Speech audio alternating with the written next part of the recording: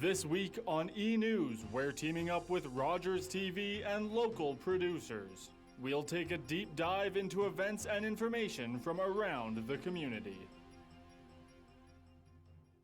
Welcome to eNEWS. I'm Justin Sibbett. And I'm Brett Brown. Here's today's top stories. You may not be aware of this, but the Galt Museum receives all kinds of donations. Collections technician Kevin McLean talks about the value of a recent donation to the collection. It's Kevin McLean here at the Galt Museum and Archives. We're down in the vault right now. I just want to say welcome to everyone, and I hope that everyone listening to this and watching this is actually safe and well in the comforts of their home and family. The Galt Museum and Archives has been collecting objects since 1964.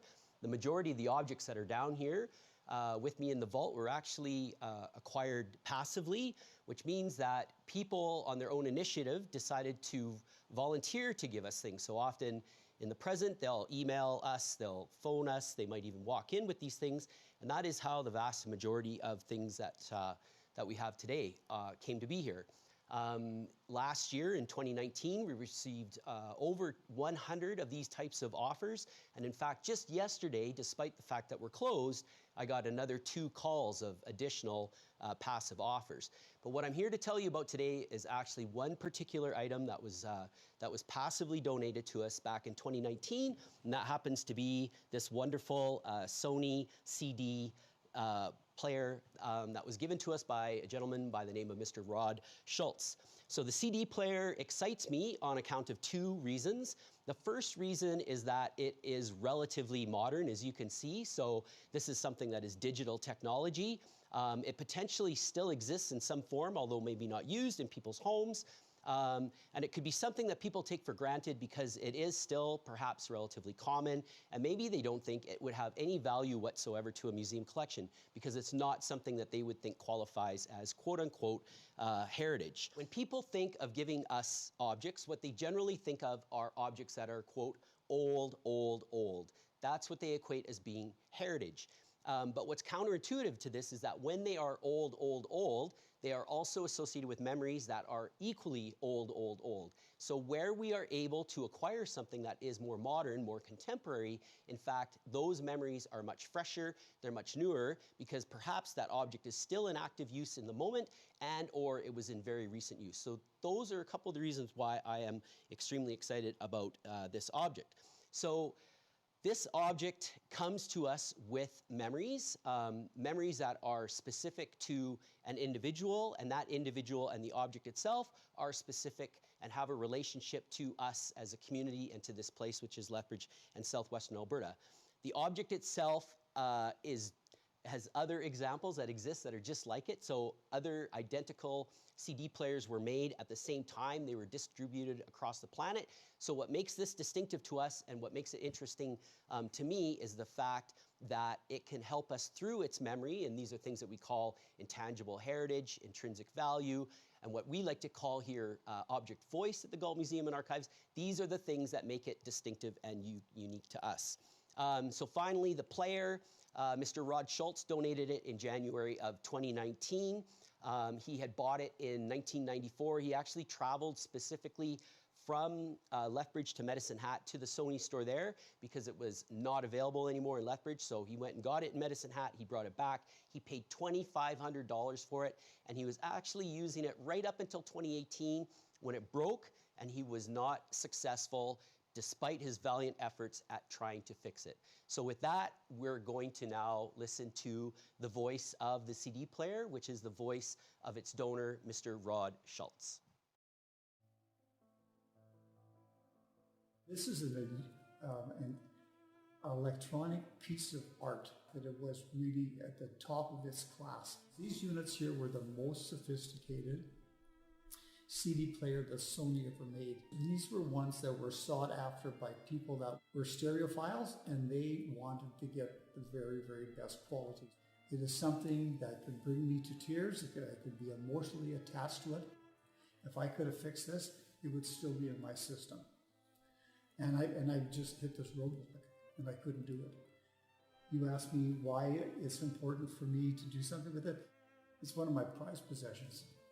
This was the cream of the crop. And that's why I decided that was the one I was going to own. And after I found it, I didn't believe it could be any better, and I just kept with it, and I just treated it the best I could. I used to spend 4 hours a day listening to music. When kids went to bed, I had my quiet time, and that's when I kind of fell off the face of the earth and just embraced what I call ear candy. It's almost like if I sit on the sofa and I listen to music, it's almost like I elevate from the ground. That it just takes me to a different realm. It takes me to a different place. That's just me enjoying something I love. This could not have a better home, because I trust you folks. Archives are important to what we are and who we are. So I have a connection here, and I really believe in what they're doing.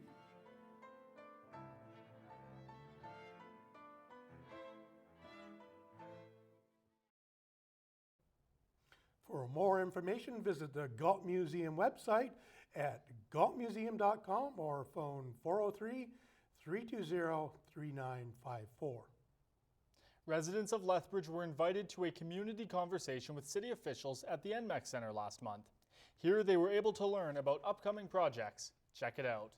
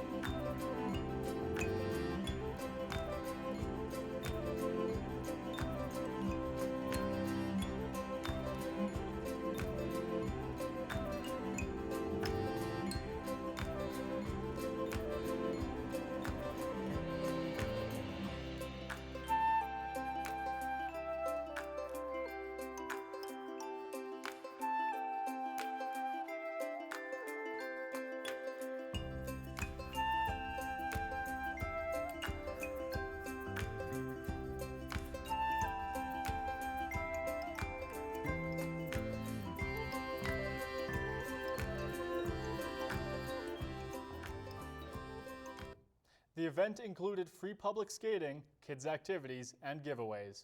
For more information about the city, residents can call 311. Coming up, we'll hear from the new president of the University of Lethbridge, and we'll see how one local school is raising funds to help with cancer research.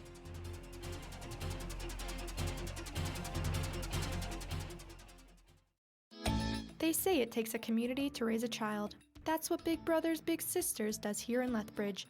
The organization works to support children by pairing them up with mentors to help make a positive change in their lives. These mentors are role models to teach and guide the children as they grow up.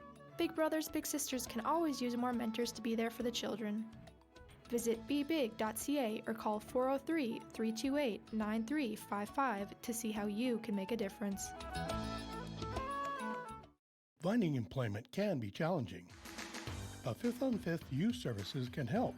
If you or someone you know has a self-identified disability or barrier to employment, 5th on 5th Youth Services Reach Up program can help you brush up on your skills, overcome barriers, and connect with employers to find a great job. To find out if you qualify, contact 5th on 5th Youth Services at 403-329-3555. The Tabor Legion would like to invite all members of the community to come out to their Friday night 50-50 meat draw, where all the proceeds go to the Tabor Legion. The Tabor Legion relies on the support of the community to stay running. Volunteering your time can help make a difference, so if you're looking for a fun-filled way to spend your Friday nights, head on down to the Tabor Legion. For more information, please call 403-223-3822. Welcome back. A local middle school teacher is shaving his head for cancer research. Tyler Green shares his story.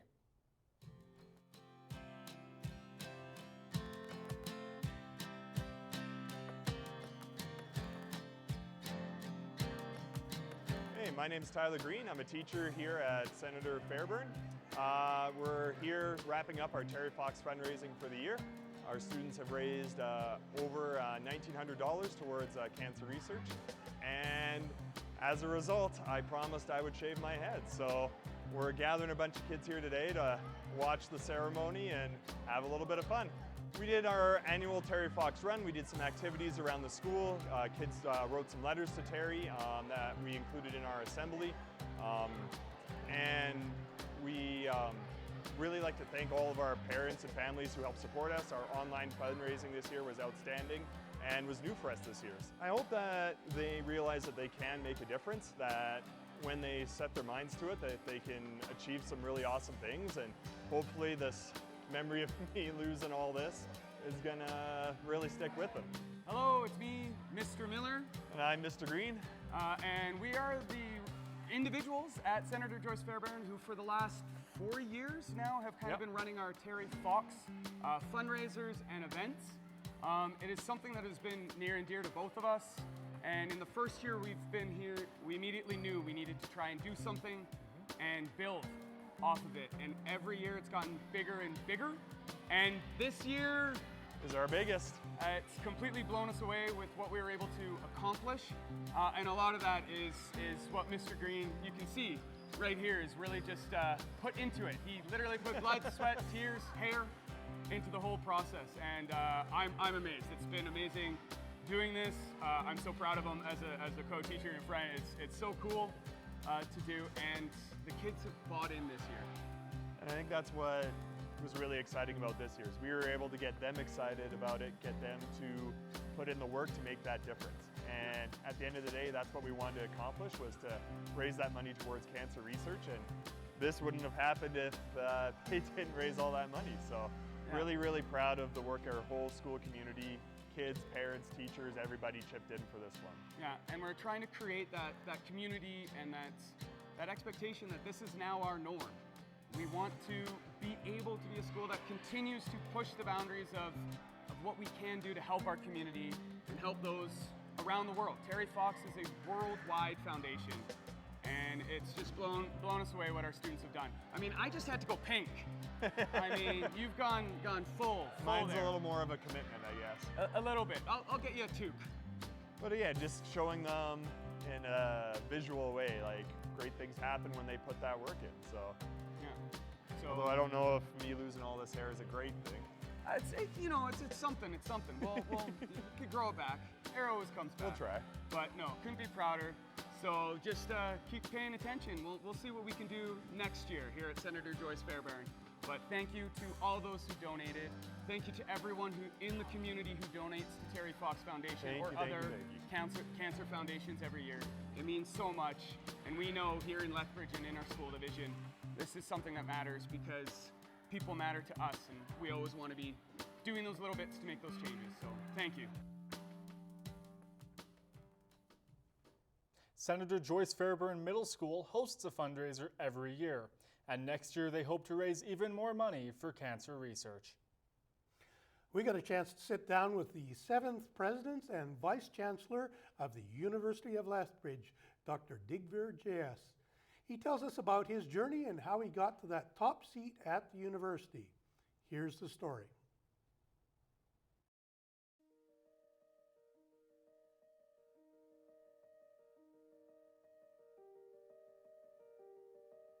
I'm Digveer Jayas, incoming president of University of Lethbridge.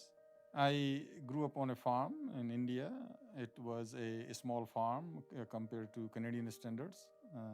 And I spent a lot of time with my grandparents who were running the farm at that time. So my grandfather had a lot of influence on me. He instilled in me strong work ethics. He also instilled in me the desire to serve the community. So he himself was quite involved in the community. And so the volunteering for the community and the service of the community, I learned from him. After finishing my grade 12 at the farm, I went to university in Pantnagar, which is a university focused on agriculture engineering or agriculture and technology. And I was interested in that because growing up on farm, I had learned a lot of issues farmers were facing.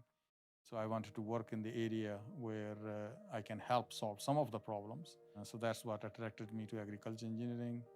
After completing my undergraduate degree, I came to University of Manitoba to do masters in grain storage, and then went back to India, got married. And then both Manju and I came to Saskatoon to do PhD. I finished my PhD in 3 years and then got hired at the University of Manitoba as a faculty member, assistant professor, and then went through the promotions to associate, full prof, and then department head, associate dean, associate VP, and VP research and international.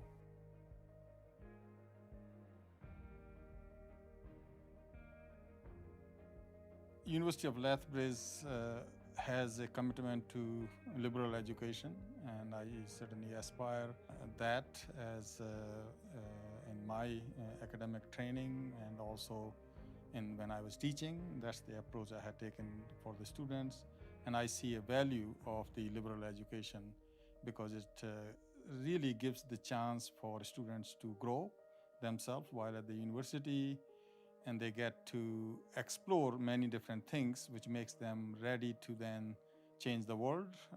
At the same time, ready to learn a lot of skills like critical thinking skills, learn to listen to people, learn to read and write in a way which is convincing. It also gives them opportunity to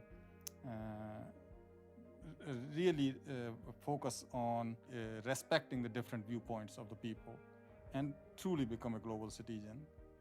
Other thing which University of Lethbridge has a commitment to success of indigenous people, both the students but as well as at the faculty and staff. And I have also had that similar interest when I was at Manitoba. So that was a match. And other certainly think the commitment of the University of Lethbridge to build a strong ties in the community they are in. The commitment of the University of Lethbridge to create a respectful work and learning environment for everybody. So the commitment to equity, diversity, and inclusion principles was another thing which attracted me, and I have had a lot of experience in all of these areas.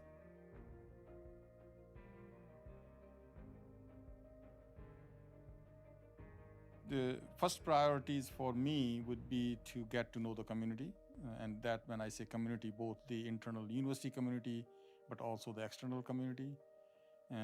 Engage the community as a whole in developing the shared vision, and then a strategic plan, and then make sure that the right team is in place to deliver on that plan. We need to look at the way we deliver our programs, we conduct our research, we engage the community, and how we can do in the most effective way. And that in the time of financial constraints.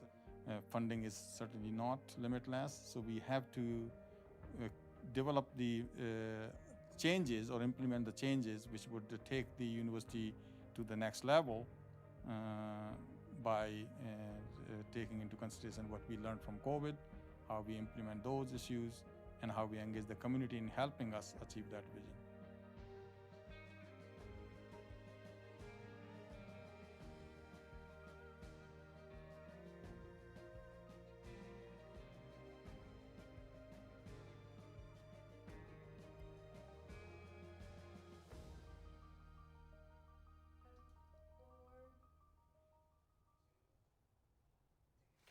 JS began the role of President and Vice Chancellor on July 1st.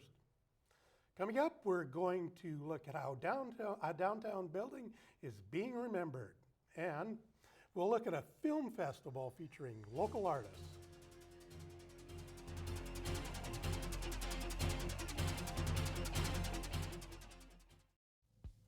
Beautiful downtown Lethbridge is bringing fun to your family. A new inclusive playground has opened for the public. Put a smile on your child's face and enjoy Galt Gardens in a family-friendly environment.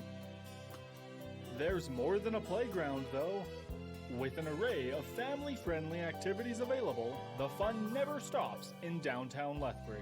Join in on the fun. Come to downtown Lethbridge and share a smile today.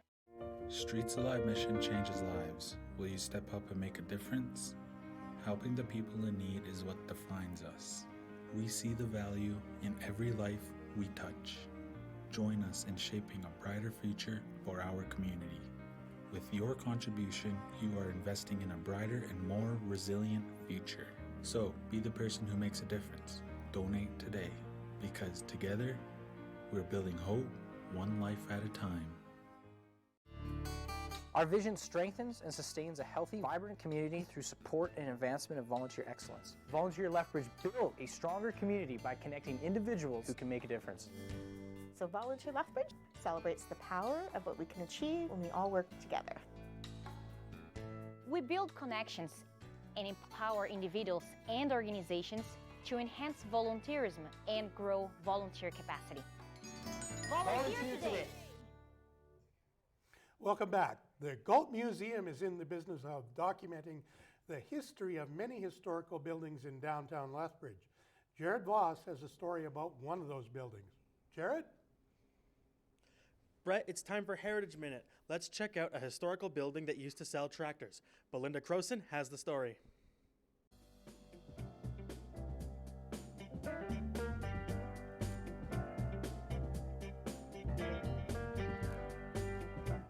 Across the street is the amazing Knights of Pythias building. Built in 1910 as the clubhouse for the Knights of Pythias, one of many fraternal organizations that have operated here in Lethbridge. The building was used for a short time for the International Harvester, which was a farm implement company. So there were actually tractors inside that building. You always know a building is well used when it was an implement dealership, because if they can handle having tractors inside, we people should be just fine. Today it's better known as the Wallace Block, and that's because it was purchased later on by Robert W. Wallace.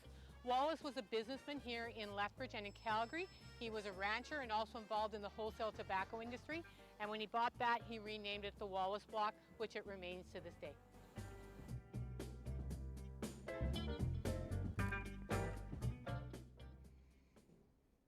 Wallace Block is now home to Bread, Milk and Honey, a yoga studio, and Modern Aesthetic. Be sure to check out those local businesses next time you go downtown. Back to you, Brett. Thanks, Jared. I'll be sure to check them out next time I'm in the neighborhood. The Galt Museum hosted the first ever Lethbridge Film Festival. This year's festival featured local filmmakers. Here's what happened. Okay, and welcome. My name's Tess Mitchell. I am running the inaugural Lethbridge On-Screen Film Festival at the Galt Museum and Archives. First, I would like to acknowledge that we are on Treaty 7 territory, the traditional and ancestral territory of the Niitsitapi, the Blackfoot Confederacy, including Kainai, Piikani, and Siksika First Nations, as well as most recently, the Tsuut'ina Nation, Stoney Nakoda First Nation, and the Métis Nation of Alberta Region 3. So this is our very first on-screen film festival. How are you feeling putting this together and seeing it all come into fruition now? I am so excited and I feel very honored to be in the position where I get to put on all of these beautiful films and find and connect with these artists and invite Lethbridge and surrounding to come and enjoy this art house cinema experience together. Hello, we are here on your very first premiere at the Movie Mill. Yes, for this one, it's the first theatrical premiere. Absolutely, it's pretty exciting. It's always fun to see your work on a big screen. Like, there's just something about when your film is on a big projector or a big screen in front of a bunch of people. There's a totally different energy than sitting in the studio at home being like, I think this is good, you know? So yeah, it's gonna be very, very cool and I'm very excited. So how's the energy coming into today for this? Were you nervous, excited, or just? I mean, there's always a little bit of nerves, I think. A lot of fun to see all the responses that Forrest has been getting for his comedy, and he's taken quite a few leaps with his career over the last while. He's in Toronto right now performing with Just for Laughs on their Just for Laughs stage. So it's pretty exciting to see the journey grow for him and to be a part of that. It's really neat. We have Javier Escuela here. He did the intro music and some of the end music as well, and a bunch of like really great crew and cast put their talent and skill and time into this, and it really evolved into something pretty exciting. So it's really cool to be here at the first ever Lethbridge On Screens Festival and be a part of the big night. Which film are you most looking forward to today? All the films are going to be amazing, but honestly the jewel of the festival will be Kylie Finday's Love Me to the River. She is a Cree artist in Lethbridge, and she has been commissioned from the festival to make this spoke piece. It is a silent film collage with found footage. It is a love story, an Indigenous love story, and it will have the old agency drum circle, a drum circle that dates back through generations on the reserve, the Blackfoot drum circle, with Julius Delaney being the guiding drummer in that group. He and I have spoken with Kylie, and they're going to commune her film work with their drumming and singing in a moment in time that will never happen again. So a silent film with a live drumming soundtrack. It's going to be stunning. Oh, that's going to be really special. What an honor to have that here. Yeah, it's such an honor. It's such an honor, and Kylie's art is amazing. Some really like an emerging artist, I would say even established artist at this point. Like she is just skyrocketing in her work, and I am very, very honored to have her take on this festival project, and she has done an amazing job. And the drumming circle, the old agency drumming circle, are going to be super, super beautiful and powerful as well. Do you want to talk a little bit about the range of films that you've shown over the 2 days? Because there was 2 days to this, last weekend and now this weekend. So yeah, there's been 2 days, and the criteria is Canadian films by underrepresented communities. So like people like from the BIPOC community, people from the 2S LGBTQIA+ community, and afar. And so that is the content of the screenings, and we have everything from TIFF films that won awards to emerging local artists in the city who are just starting their animation to documentaries from the NFB. We have old 60s films that are showing kind of like the stretch of different activisms within the community and Canada at large. So there's horror films and children's films and heart-wrenching love dramas. So there is something for everybody, and it's been very exciting to be able to put on all this great cinema. And all of this is for free. Anyone can just show up and take in all this amazing film. Exactly, yeah, it's all for free. Thank you to Alberta Culture Days for funding it, and it's part of that. And so in that, all of the art and culture that you can experience in this week is free. And so we are part of that, and we thank that sponsor very much for that opportunity to make it extremely accessible. Awesome, that is amazing. Well, thanks for taking a minute to chat with us today. Oh, no problem, no problem. Thank you for coming.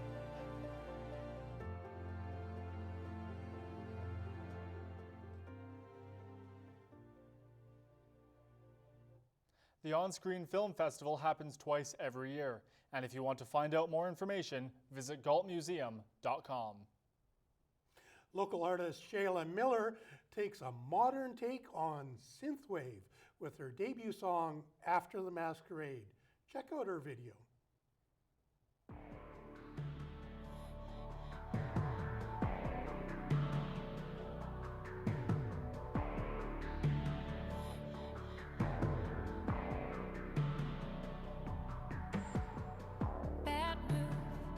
Trouble zone, hard time, overload, forgive a little, forget me now.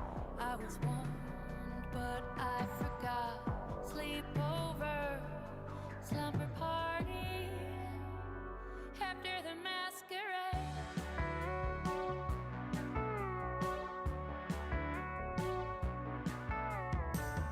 Eyes covered in sparkles,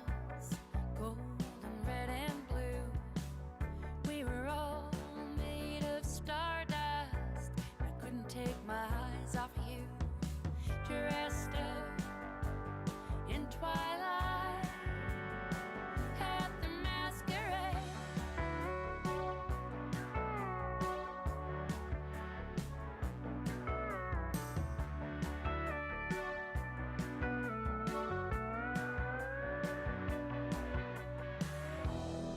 Wrapped up in pleasure, in silk, torn and frayed, twisted in the sheets of your fantasy.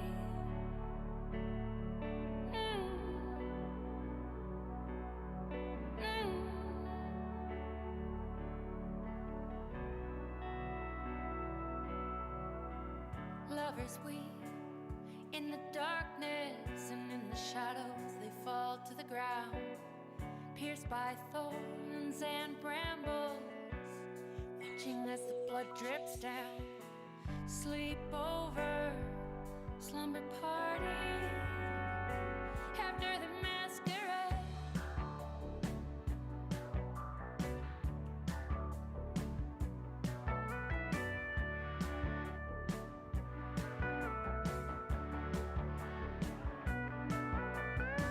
Collect a witch, call your brother, skip stones down at the riverside.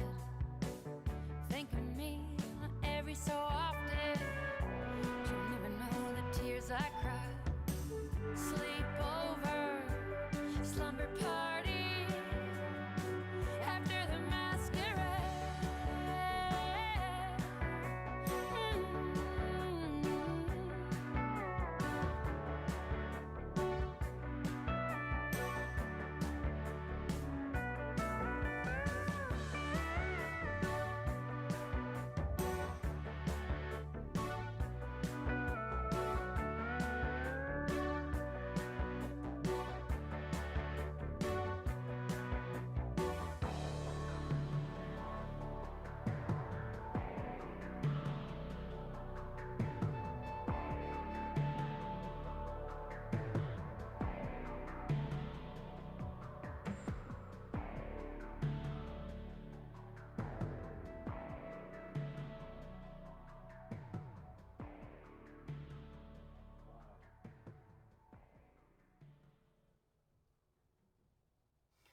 So the Masquerade is available to stream on all popular streaming platforms.